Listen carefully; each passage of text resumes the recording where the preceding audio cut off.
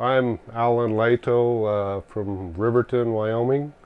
I was in the Navy from 1967 to 71, and I originally picked up my ship in Da Nang Harbor and was on deck force.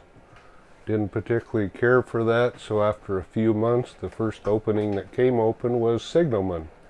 So I studied flashing lights and flags and semaphore, and when the signalman that rotated off was gone, I put in for it, and they asked the other signalman, and they said, well, he's been studying really hard, so I think he'd make a good one. So I became a signalman. Ended up as signalman second class. I was on an LST, which stands for Landing Ship Tank, although we patrolled the rivers in Vietnam, and when we would be up a river, we said that the LST stood for a large slow target, because we did not travel very fast. 12 knots was top speed. And this particular ship was commissioned in 1941 for the D-Day landings, and they were built for one trip. They were expendable. And I got on it in 1968, and we always wondered how long it was going to stay together. But I would have to say probably one of my most memorable events in my time there.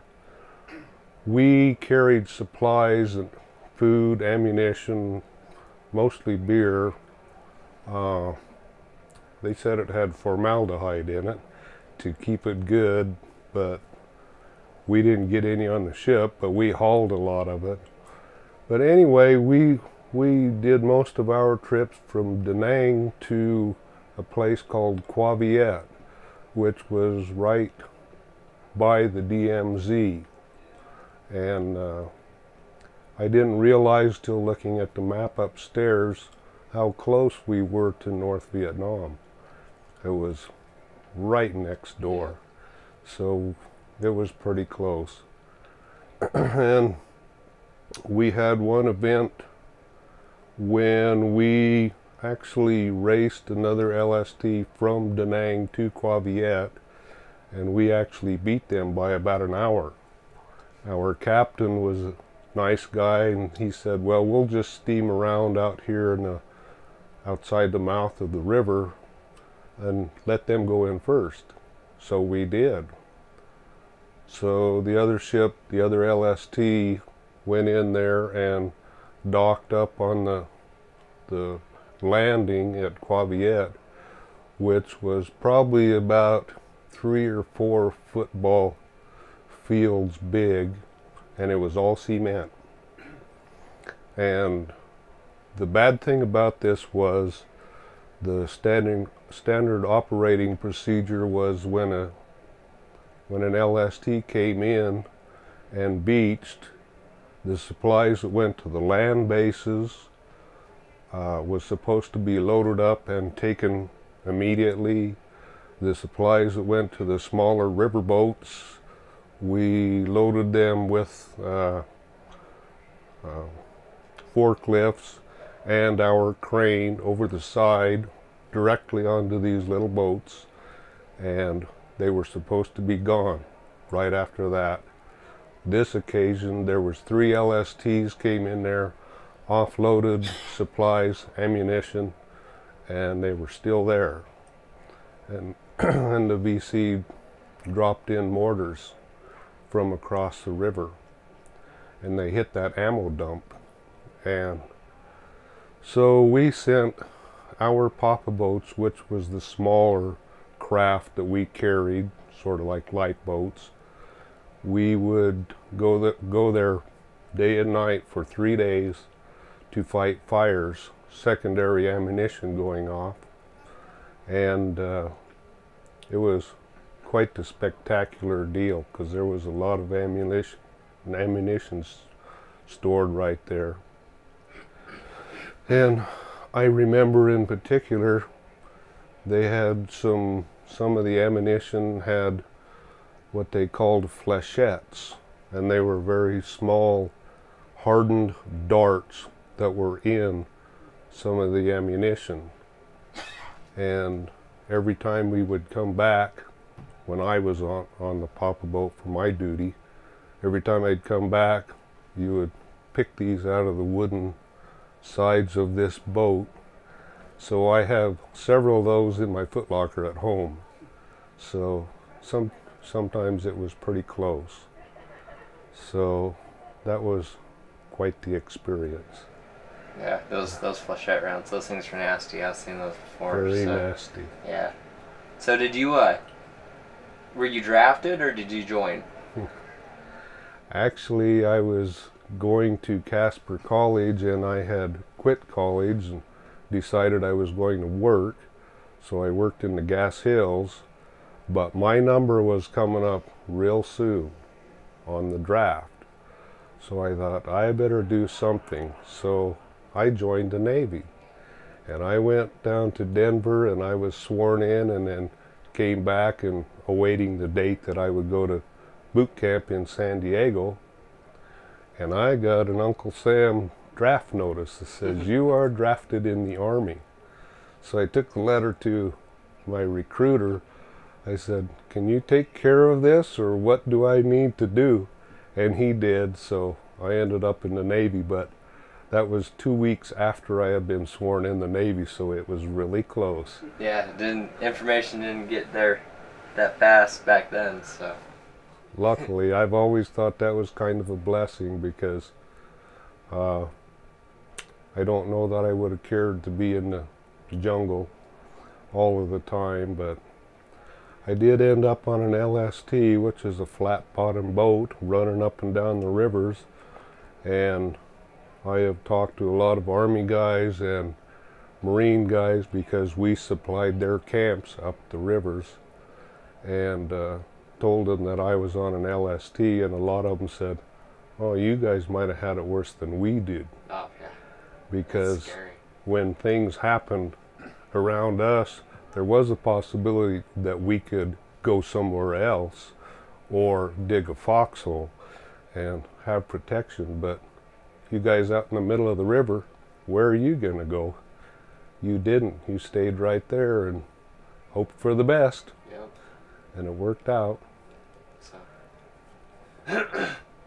So what I guess, what did you do when you got home right out of the Army? Did you go right back into the workforce, or, I mean, what was your experience after you got home, I guess?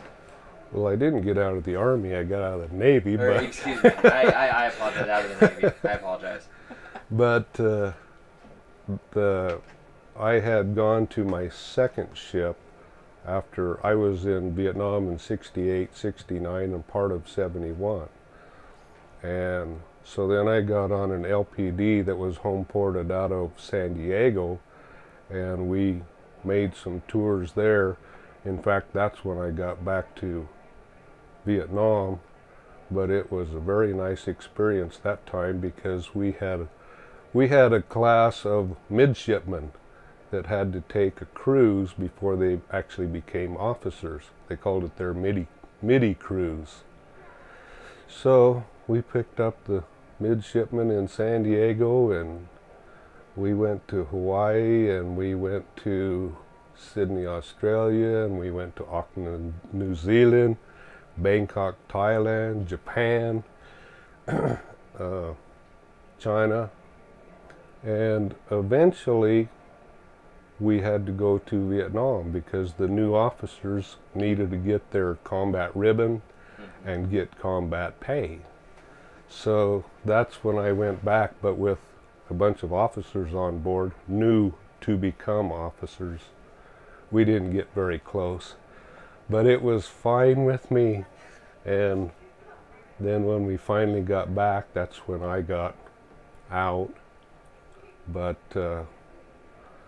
I know that a lot of people have talked about how the Vietnam veterans were treated, and I can attest to that somewhat, because when I got back to San Diego and we docked, we were about a quarter of a mile from the gates where you left the base. And so the morning that I got out, I walked down that quarter mile with my duffel bag over my shoulder, and as soon as I walked through those gates, the spitting at you and the garbage thrown at you and the name calling began as soon as you walked out that gate. Luckily, I didn't get hit. There was also rocks and stuff thrown at us too, but I know a lot of the veterans actually did get this to happen to them, and they were struck or spit upon and all of that.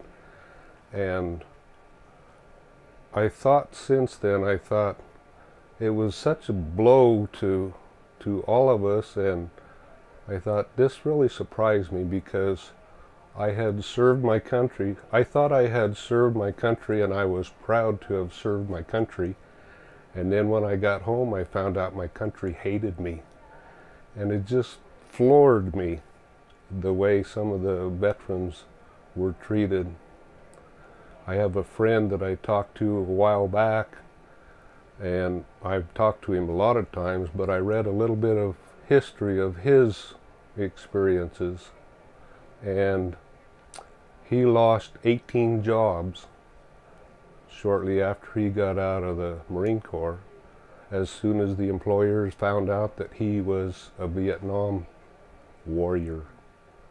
He was terminated just because he was a Vietnam vet, and it was just amazing.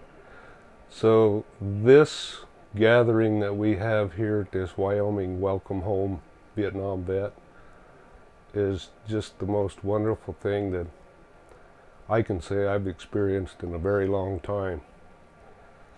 It's 50 years later, and somebody said thank you and welcome home.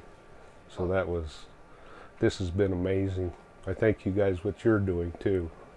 Thank you for sharing your story with us. I mean, I have a quick question. Alan, can you describe your living conditions aboard both of the ships that you were on? What was it like?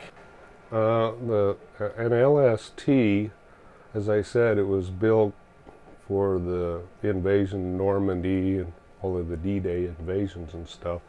So they were very, very Spartan. Ours had been upfitted a little bit, but in the berthing compartments, most of the beds were canvas cots that hung on chains.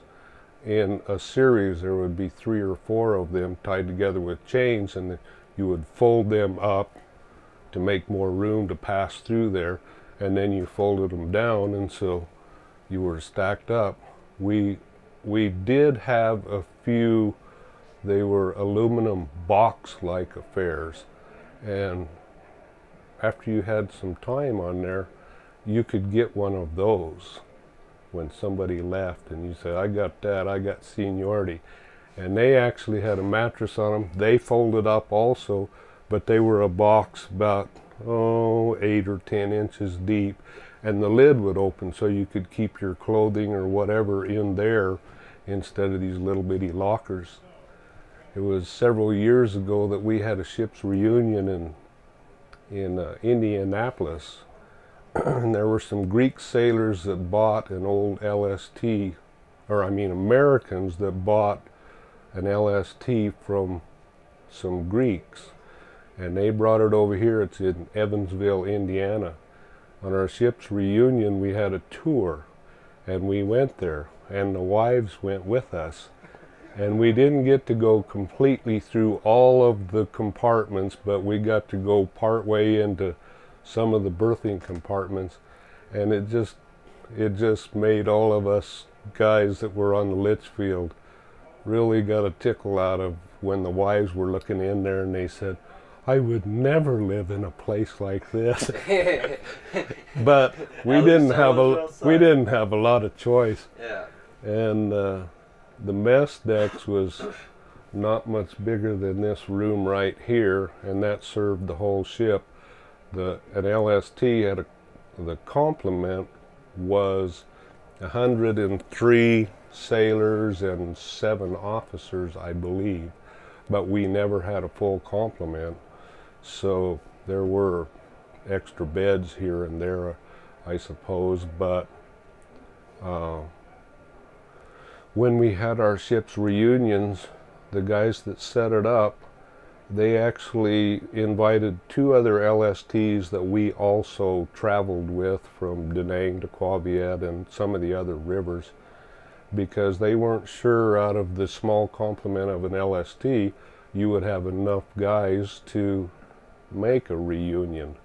And so we've done 3 of them now, and we usually end up right around 100 guys total from the 3 different ships and a number of officers, and so that's really been something, because that just started about 6 years ago. For the last 40 years or so, being in Wyoming especially, you don't have a lot of Navy, so I didn't have a clue where anybody was, what was happening, and then I get a notice that said we're going to have a ship's reunion. So that was great. That was great to get with guys just like you have guys right here that you haven't seen forever, and some of these guys have never seen before, but to get together with your shipmates it's just actually overwhelming a little bit. So that's been really enjoyable. We have one scheduled in March of next year, again in San Diego, so that's going to be really interesting. Awesome. And that'll be the 50 year for them as well, just like this is the 50 year. So, but it was quite the experience. Definitely. Would never give it up, ever. I don't want to do it again, but I would never. One of those once in a lifetime. Never give up. Like I said before, and I had done an interview once before with the gal in Riverton, the radio, and it was right after I walked out of her just impromptu interview. That's when I thought I should have said what I said a little while ago, that I was so proud to have served my country, and then when I got home I found out my country hated me. That was just amazing. Yeah. One other question I have, Cody. How did you communicate with people back home when you were on a ship, or could you? Well, that's very interesting, because how did the mail work? I've had a son and a son-in-law in Desert Storm in Iraq and in Afghanistan, and communication with them is almost immediate. They can call home and all of this. I was not married or anything, so basically I communicated with my parents, and it was by letter most of the time, and that usually took 3 to 5 months for a letter to get to us. And then I came up with an idea. I bought a little cassette tape recorder, and so I would just talk on the tape, and I would tell them how things were going, what we were doing. Couldn't tell them where we were, but you would tell them about your daily life and how's everybody at home and all of that.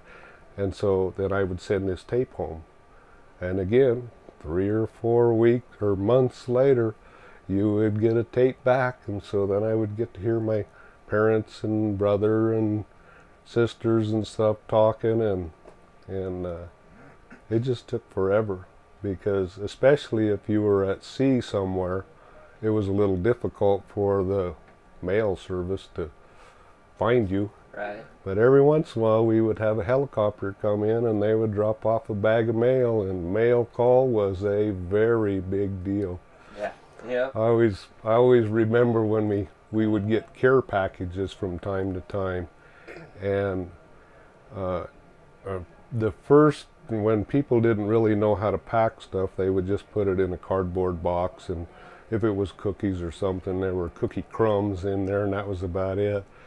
So they figured out the best thing to do was put stuff in boxes or in the larger coffee cans and put whatever it was in there and pack it in popcorn. Mm-hmm. And so you get your mail, and here is cookies or candy or whatever that's 3 or 4 months old, packed in popcorn that's 3 or 4 months old, but it was all excellent. Oh, We'd yeah. eat every bit of It it. doesn't matter. Yeah, it was popcorn from the world. This was called it the world or the land of the round eye.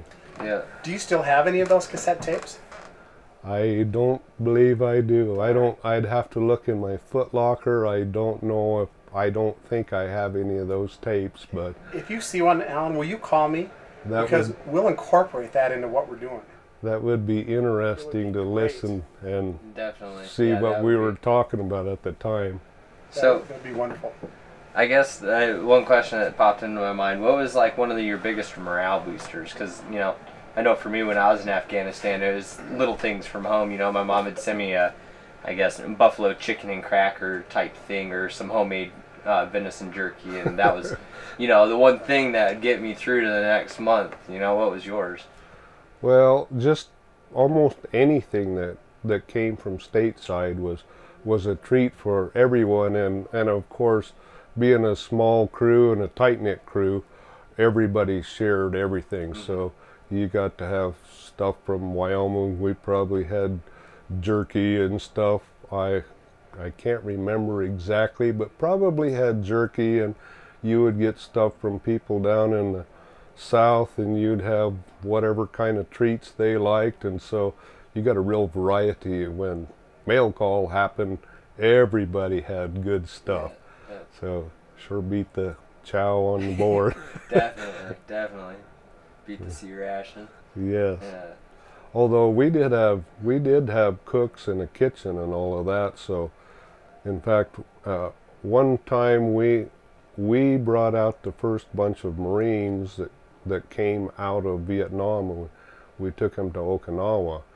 Well, they had a big old trailer full of sea rations, and it was on our main deck along with their other motorized equipment and all that, tied down on the main deck. And so the closer we got to Okinawa and visiting with them, and I was a signalman, so I was on the highest part of the ship, and everybody wanted to get up there and see as far as they could see. Mm-hmm. So we would have a lot of the Marines and the Marine officers come up there, so we got to be friends with them. Well, their CO, I don't remember what rank he was, probably a lieutenant or something like that. I asked him one day, I said, "What are you going to do with all those sea rations that are in that trailer down there?" He said, "I do not care what happens to those sea rations at all." He said, "I never want to see them again." So the signalmen got together and we put ourselves a little work party. And we went down there and hauled just as many of those sea ration boxes as we could up to the signal bridge and put them in our flag bags, which are the operational, they're pretty good sized boxes. And the flags just hang in them off of cables that run up to the mast.